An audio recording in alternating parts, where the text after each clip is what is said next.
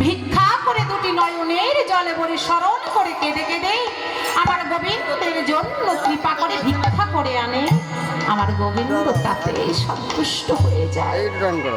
কেন জানো? সে ভক্তের মধ্যে রয়েছে ভক্তি।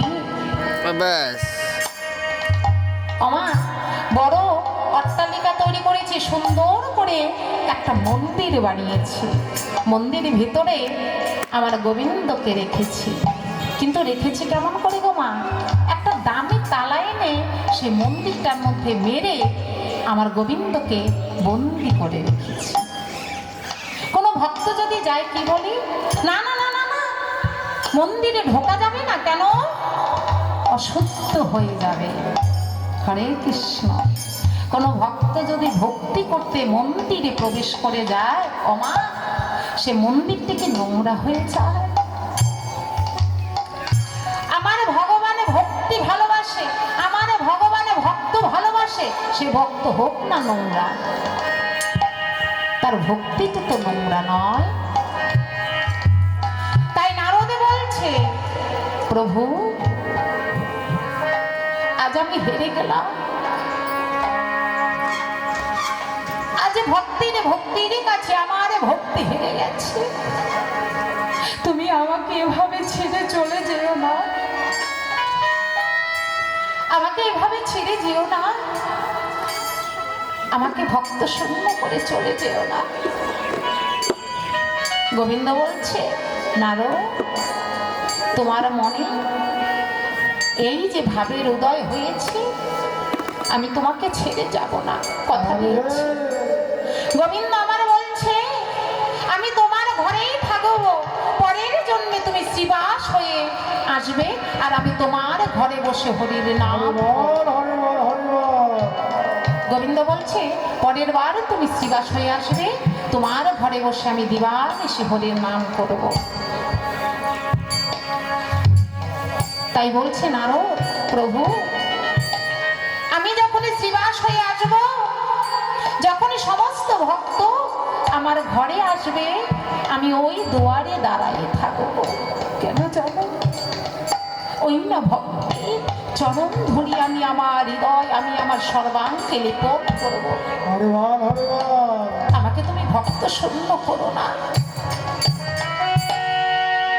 এইভাবে নারদ মুনি পরের জন্মে শ্রীবাস হয়ে রয়ে গেল, আর গোবিন্দ আমার শ্রীবাস সঙ্গে বসে দিবানিশি হা কৃষ্ণ তা গোবিন্দ বলে ডাকছে, নিতাই গৌর হরি বল হরি বল।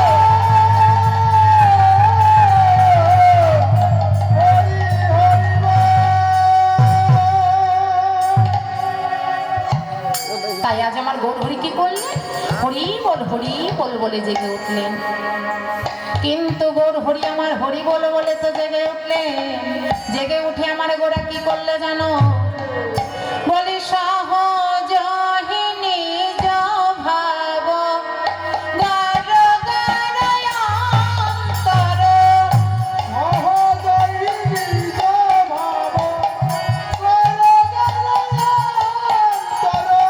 সহজ নিজ ভাব গার গার অন্তর,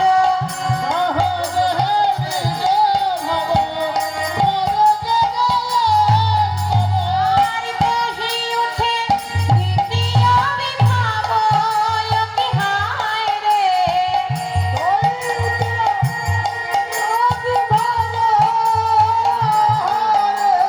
আর কহি উঠে দ্বিতীয় বিভাব কি হায় রে।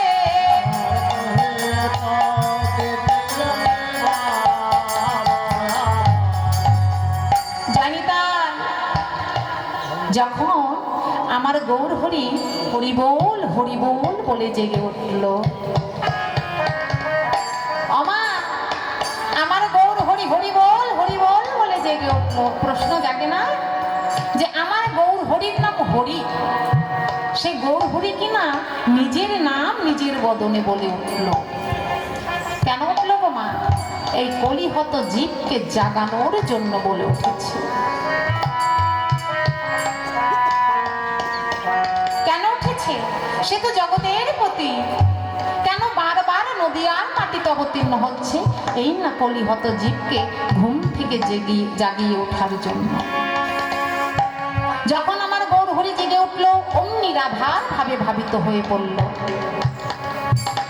কিন্তু গো মা, লীলার এক পাশে দাঁড়াইয়ে দাঁড়াইয়ে ভাবাবিষ্ট গীতকর্তা লীলাটি দর্শন করছে।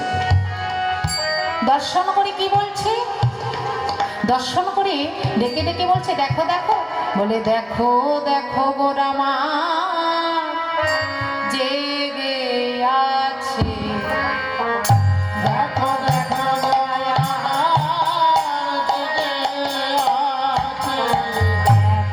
দেখো গোরা কেমন জেগে আছে।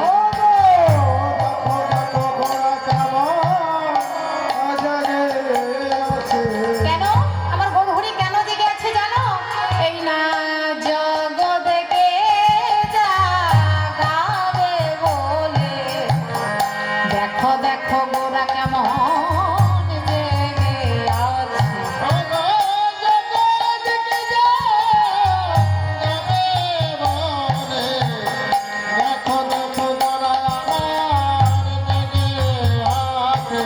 এই না জগৎকে জাগাবার আগি, দেখো দেখো গোরা কেমন জেগে আছে।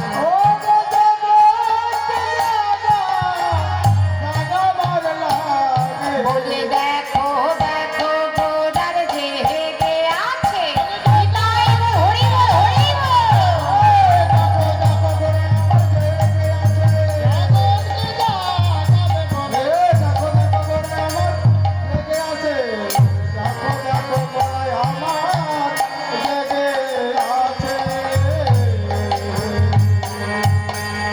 জয় নিতাই।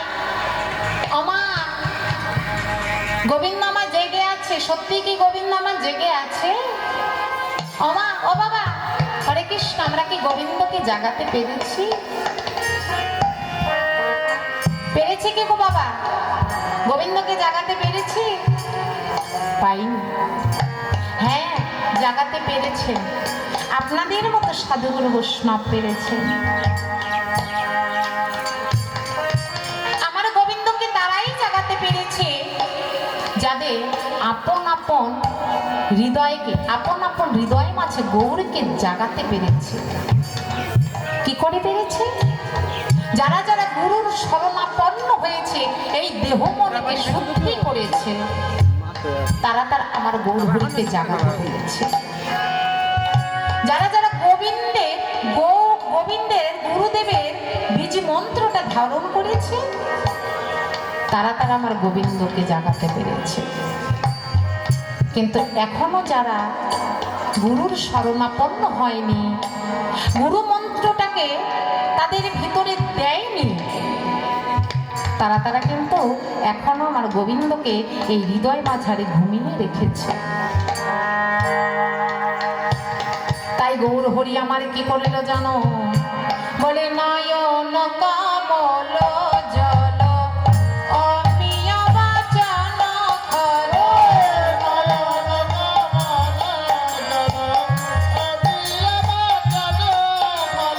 আর নয়ন কমল জল অমিয় বাচন করে।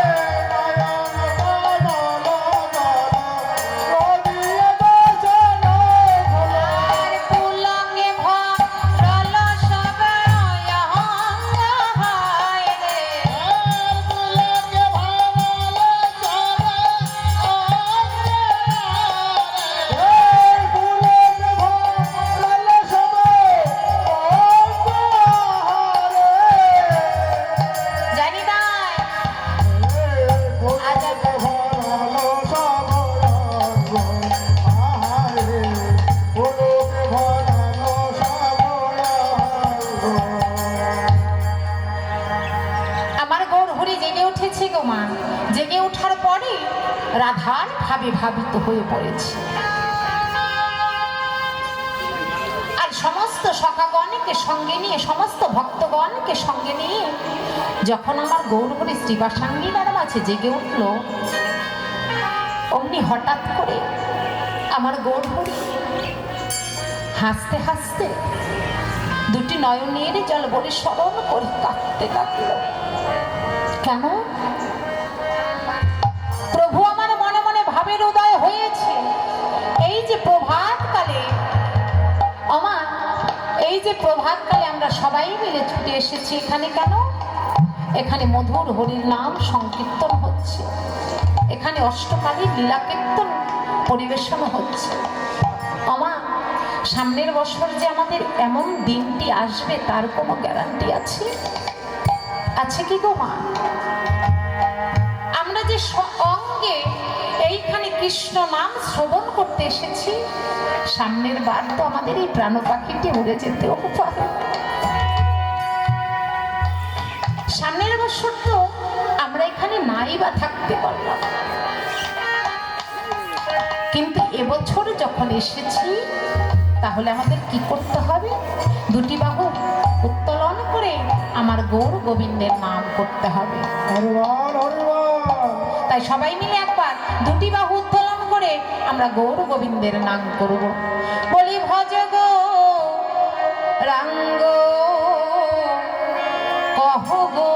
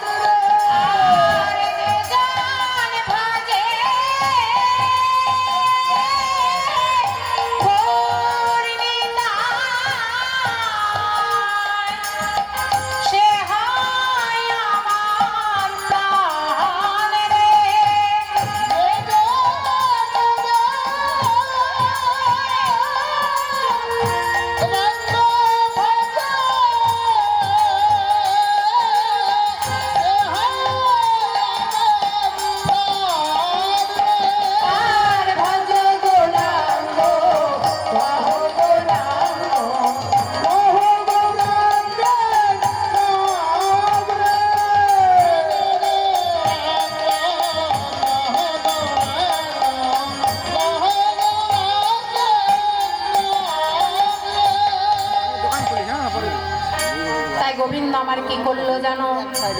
হরি বলে যখন জেগে উঠলো, অমনি সকল ভক্তগণের বদন পানি চেয়ে রইল। আর সকল ভক্তগণের বদন দেখে দেখে আমার গোবিন্দ হাসতে হাসতে হঠাৎ করে কাঁদিতে লাগলো।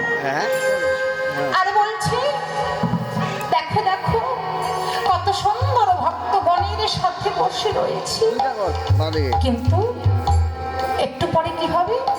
সবাইকে আপন আপন গৃহে চলে যেতে হবে। ও বাবা, আজ এই 3 দিন 4 দিন যাব আমাদের এই নাগরহাটের কাকু জেঠুর একটা সুন্দর নববৃন্দাবন তৈরি করেছে। বাবা, কত দূর দূরান্ত হইতে ভক্তগণ আসছে কেন? কৃষ্ণ কথা হরি কথা শুনবার লাগে। এই যে একটা কত বড় মহৎ কাজ করছে আমার কাকু জেঠুরা, সবাই কৃষ্ণ নাম শ্রবণ করাচ্ছে। কেন? তাতে কি কারো কোনো সাধ্যি আছে বলো? আজ সুন্দর বৃন্দাবন তৈরি করেছে কেন? সমস্ত ভক্তগণের আগমন দর্শন করার জন্য। কিন্তু কাল কি কেউ আসবে গো মা? আসবে? এখানে কিন্তু কাল কেউ আসবে না। তাই আমার গোবিন্দ যখন সমস্ত ভক্তগণকে নিয়ে বসে রয়েছে আর মনে মনে ভাবছে এই তো সবাই মিলে বসে রয়েছে, কিন্তু একটু পরেই সঙ্গ ছাড়া হয়ে যাব, আমাকে যেতে হবে যশোদার মন্দিরে। সমস্ত ভক্তগণকে আপন আপন মন্দিরে গিয়ে শয়ন করতে হবে। তাই আমার গোবিন্দ কি করলো জানো? বলি ওই সনা